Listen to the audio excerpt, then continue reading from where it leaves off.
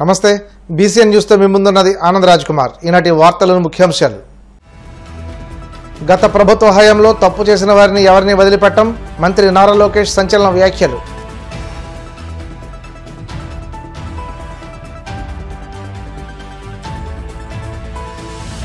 సచివాలయ వ్యవస్థ నిర్వీర్యం చేసేందుకు కూటమి సర్కార్ కుట్ర చేస్తుంది.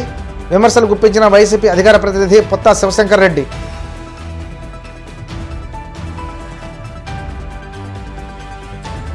ప్రజా సమస్యల పరిష్కార వేదికలో అందిన అర్జీలను త్వరితగతిన పరిష్కరించండి. అధికారులకు కడప జిల్లా కలెక్టర్ చెరుకూరి శ్రీధర్ ఆదేశాలు.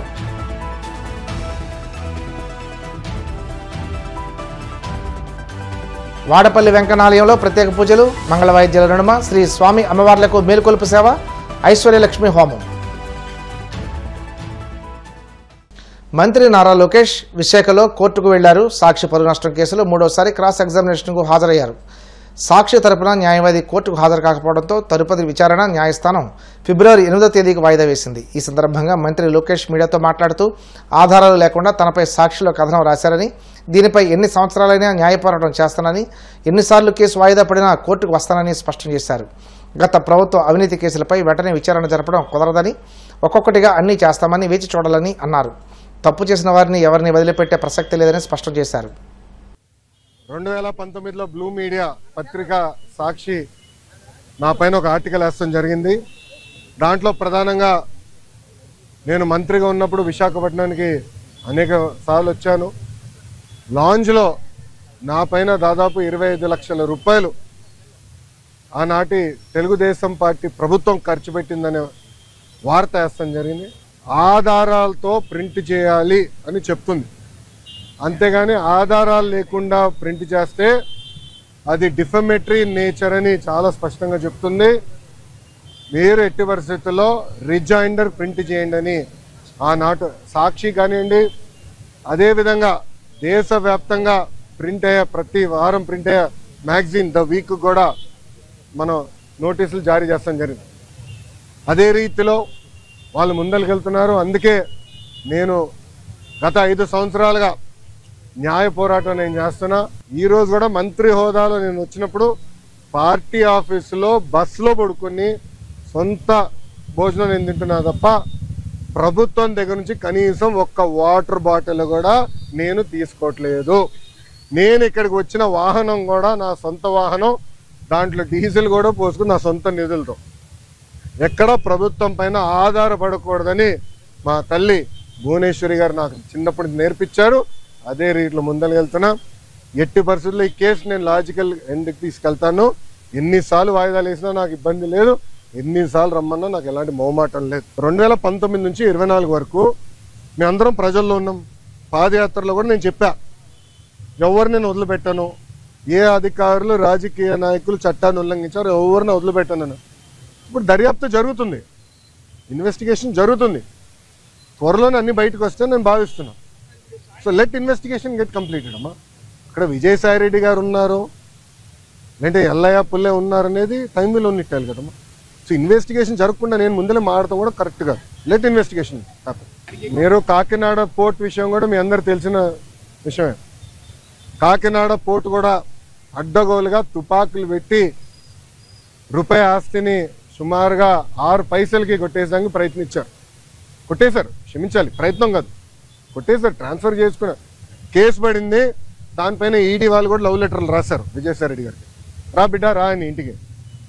అన్నీ బయటకు వస్తున్నాయి కదా. సిమిలర్ వ్యాషన్ దీనిపైన కూడా కంప్లైంట్లు వస్తాయి, తప్పనిసరిగా యాక్షన్ తీసుకుంటాం. గత ప్రభుత్వం చేసిన అవినీతులు అన్నిటిపైన ఒకేసారి నేను దర్యాప్తు చేయాలంటే ఇంకా లా అండ్ ఆర్డర్కి పోలీసులు మిగలరమ్మా. ఎందుకంటే భూ అక్రమాలు కానీ, ఇసుక అక్రమాలు కానీ, మద్యం అక్రమాలు కానీ, గాలి కూడా అమ్మేశారు స్వామి. ఇంకా లా అండ్ ఆర్డర్కి పోలీసు ఉండేదాకా ఉండదు. ఎందుకంటే ఒక్కొక్క ఇన్వెస్టిగేషన్ చాలా డీప్కి వెళ్ళాలి, పకడ్బందీగా చేయాలి. ఇప్పుడు లిక్కర్ ఉంది, చాలా పకడ్బందీగా చేస్తున్నారు. ఎవరెవరికి ఎప్పుడెప్పుడు ఎంత డబ్బులు ఎవరి చేతుల నుంచి మారినాయి మొత్తం వివరాలన్నీ సేకరించాం. సో ఇన్వెస్టిగేషన్ చాలా వేగవంతంగా జరుగుతుంది. ఒక్కొక్కటి చేయనియండి, అన్నీ ఒకేసారి చేసేది కెపాసిటీ మటుకు ప్రభుత్వానికి ఉండదు. ఎందుకంటే గతంలో అన్ని అక్రమాలు జరిగినాయి. నేను కూడా దీనిపైన చాలా స్పష్టంగా ప్రభుత్వ సేవలను ప్రజలకు చేరువ చేసి గ్రామ స్వరాజ్యానికి సిసలైన అర్థం చెబుతూ 5 ఏళ్ల క్రితం వైఎస్ జగన్మోహన్ రెడ్డి ప్రభుత్వం రూపొందించిన శౌచాలయ వ్యవస్థను నిర్వీర్యం చేసేందుకు కూటమి సర్కార్ కుట్ర చేస్తుందని వైసీపీ అధికార ప్రతినిధి పొత్తా శివశంకర్ రెడ్డి మండిపడ్డారు. తాడేపల్లిలోని వైసీపీ కేంద్ర కార్యాలయంలో ఆయన మీడియాతో మాట్లాడుతూ రేషనలైజేషన్ పేరుతో గ్రామ వార్డు సచివాలయాల సిబ్బందిని కుదించాలని కూటమి సర్కారు ఉత్తర్వులు జారీ చేయడం దారుణమన్నారు. సచివాలయ సిబ్బందిని జనాభా ప్రాతిపదికన తగ్గించాలని కూటమి ప్రభుత్వం నిర్ణయించడం సరికాదన్నారు. ప్రభుత్వ చర్యలతో సుమారు 23,600 మంది ఉద్యోగులకు కోత పెడుతున్నారని ధ్వజమెత్తారు. భారతదేశంలోనే అత్యున్నతమైనటువంటి ప్రతిష్టాత్మకమైనటువంటిది, అదేవిధంగా మిగతా రాష్ట్రాలు కూడాను దీన్ని మార్గదర్శకంగా తీసుకొని కోవిడ్ సమయాల్లో, ఇలాంటి సమయాల్లో కావచ్చు, లేకపోతే ఈ యొక్క సంక్షేమ పథకాలు ప్రజలకు ఎలా అందుతున్నాయి, డోర్ డెలివరీ అనేటువంటిది అన్ని రాష్ట్రాలు ఇక్కడికి వచ్చి అధ్యయనం చేసి వాళ్ళు కూడా దానికి మొగ్గు చూపడం జరిగింది. అటువంటి సందర్భాల్లో దురదృష్టవశాత్తు ఈ యొక్క 2024లో వైఎస్ఆర్ కాంగ్రెస్ ప్రభుత్వం దిగిపోయిన తర్వాత ఈ యొక్క కూటమి ప్రభుత్వము ఏదైతే హామీలు ఇచ్చారో, అంటే వాలంటీర్లను 10,000 రూపాయలు మీకు చేస్తాము అని వాళ్ళకి చెప్పి ప్రభుత్వంలోకి వచ్చిన తర్వాత 10,000 కాదు కదా, వారిని 2,66,000 మందిని పూర్తిగా నిరుద్యోగులు చేయడం జరిగింది. అంటే ఆ వ్యవస్థను అనేటువంటిది తప్పించేశారు.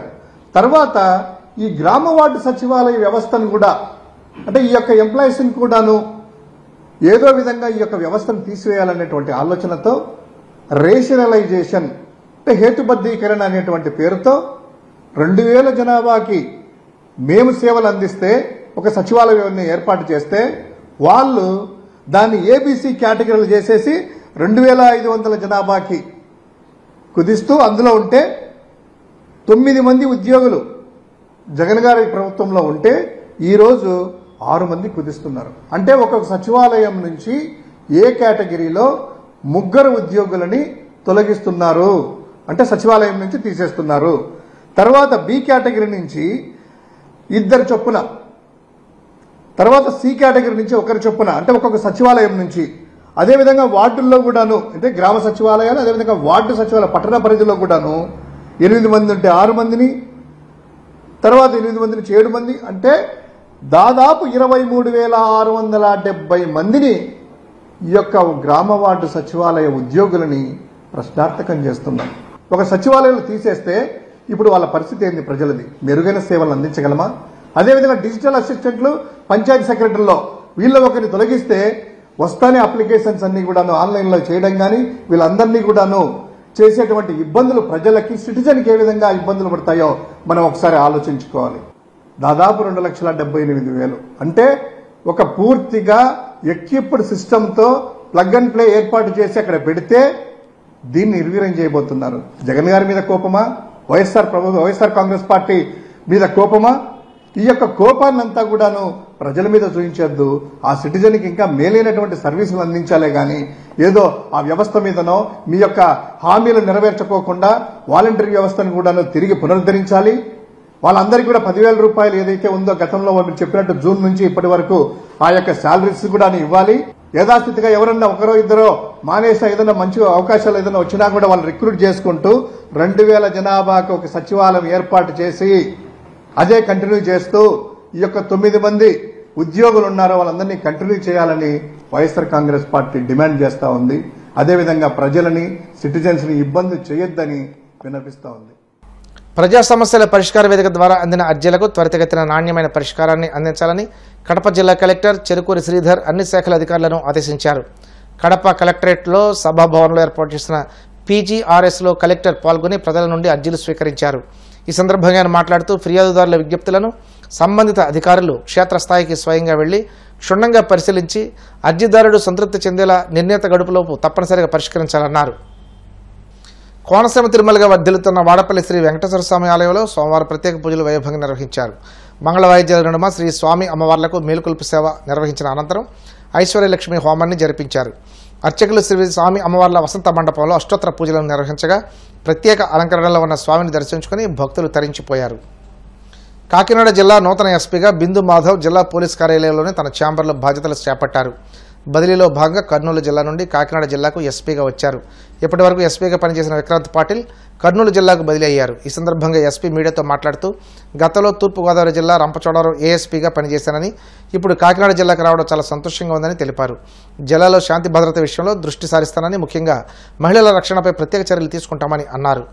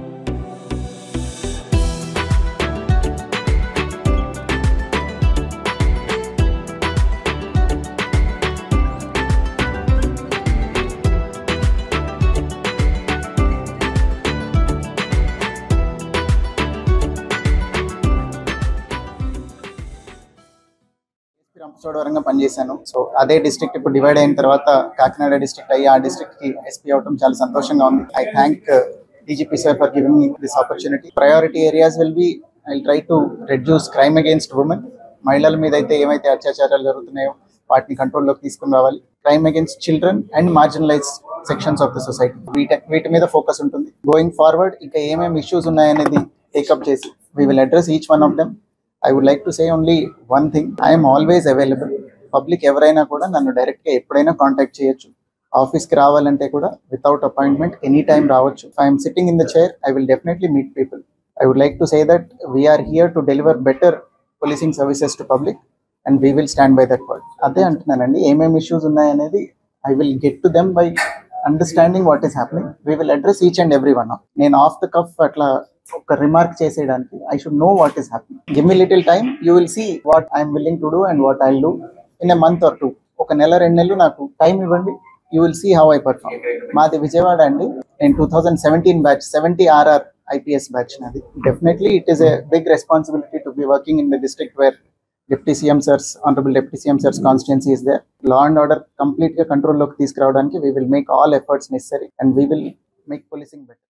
ఇప్పుడు కాసేపు ప్రకటనలు.